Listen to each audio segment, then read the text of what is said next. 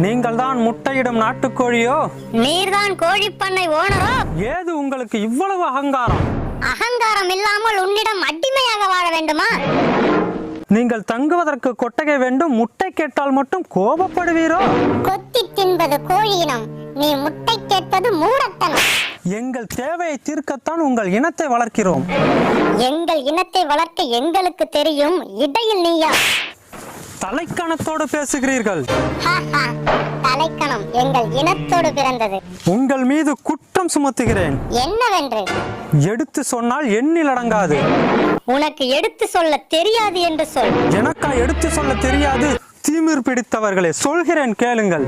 3 மாதமாய் முட்டை வரவில்லை, 3/4 கிலோவுக்கு மேல் கறி வரவில்லை, முந்திரி காட்டில் கொட்ட உரமும் இல்லை. முட்டை, கறி, உரம், வானம் பொழிகிறது, பூமி விளைகிறது, எதற்கு கொடுக்க வேண்டும் முட்டை?